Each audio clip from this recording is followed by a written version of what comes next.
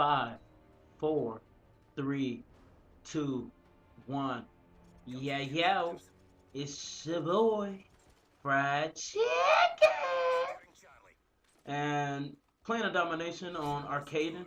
I run past the C flag. I touch it so that the meter could go up faster, and then I run past it because I want to defend B. I'm always assuming that somebody's going to be going for B, so I hop over here to defend B, and I sacrifice the points. And that little spot where I was throwing grenades from is a nice little line of sight where you can see people approaching B, and you can also see them which route they're taking towards A. So immediately I switch out my secondary for a little bit more powerful gun, which is the UMP, and then I come into the lounge area here, or the bar area, so that I can kind of see which direction the enemy is going to be spawning from.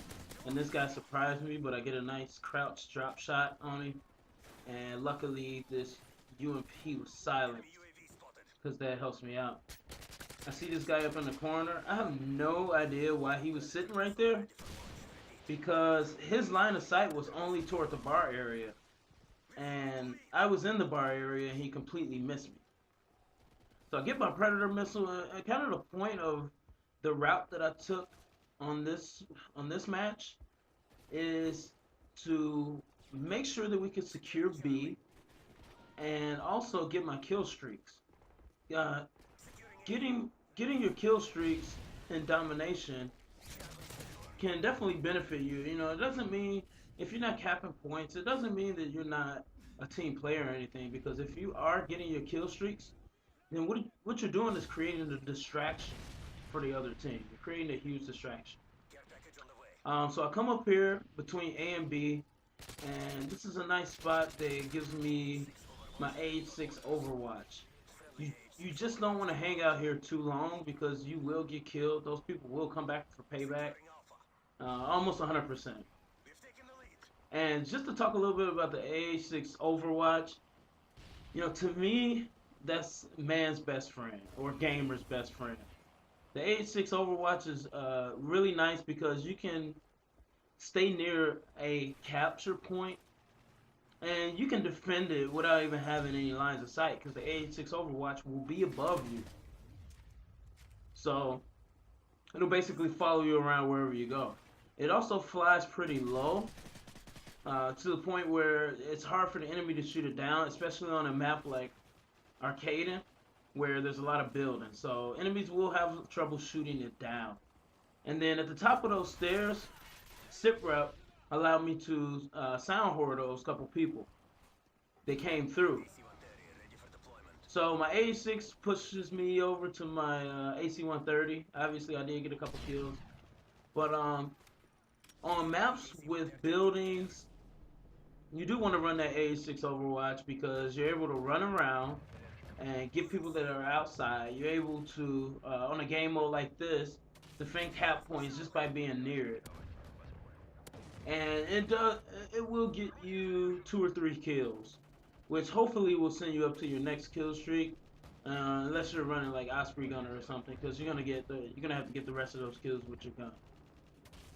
So here, you know, I got the AC-130, and the AC-130 isn't the best decision for this map. The Pavlo would have probably been a better option, but you know, I love the AC-130. But that's okay. The AC-130 did cause a bit of a distraction. So I pick up this gold ACR, and it's always going to be best to pick up these weapons. Even after your kill streak, you really shouldn't just run to your death, because the assault package in this game will actually actually continue without you having to die, so you can reload up on your kill streaks. And it just depends on your next gun kill. So you have to get a gun kill before it'll start to load up again towards your next kill streak. One thing you see me doing is when I'm going into a close quarter section of the map, I switch to a close quarter weapon. That's something you should take tips on, because I mean, obviously an SMG is going to be better when you're inside of a room where somebody can kind of run around the corner and surprise you.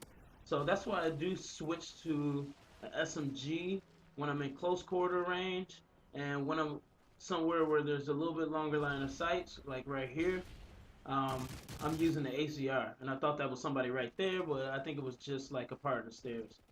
So I switched right back to my SMG because I'm going inside of this room, and if I get surprised, it's probably going to be a better weapon than the ACR to kill somebody. And then you see me switch right over to my ACR for this guy that was approaching that was a little far away. So I see that we had A and B. A and B is going to be the best combo for this map because A is really hard to take.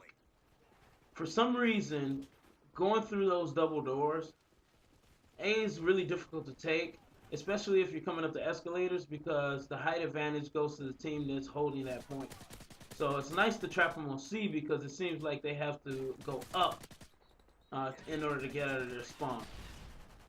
And this guy goes in a final stand. I really have a hard time trying to kill him. And as I call him my AH-6, I do get killed. So thank Last Stand for that, for kind of disrupting that kill streak. I could have easily got to another AC-130. But since the AC-130 isn't that great anyway, you know, I'm not mad. I'm not mad. Another thing I've noticed is that the AH-6 will stick around even if you call it in and die. It'll still, you know, it'll kind of come back and find you. So that's one thing you want to keep in mind.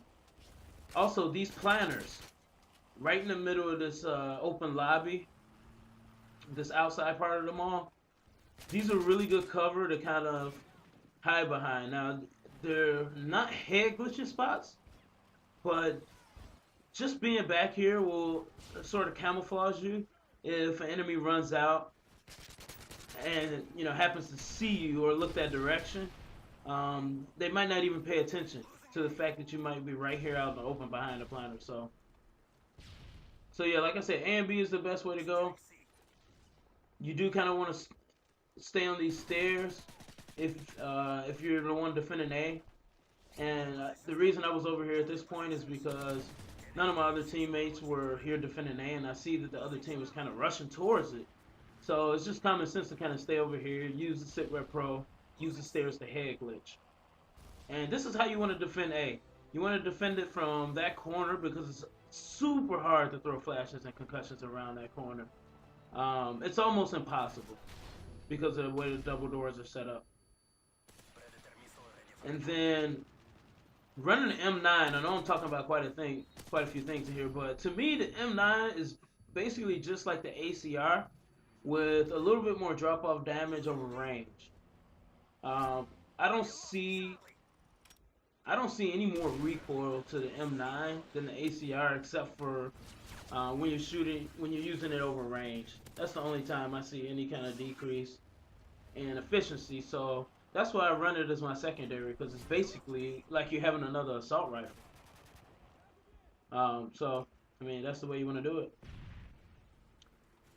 So right here, I try to go in cap C, but I didn't pay attention to my surroundings. And I should have been watching those stairs because I knew that they were spawning at C last. And that was a mistake on my part. It's just not watching those stairs, you know, just kind of running out. But I do get lucky here.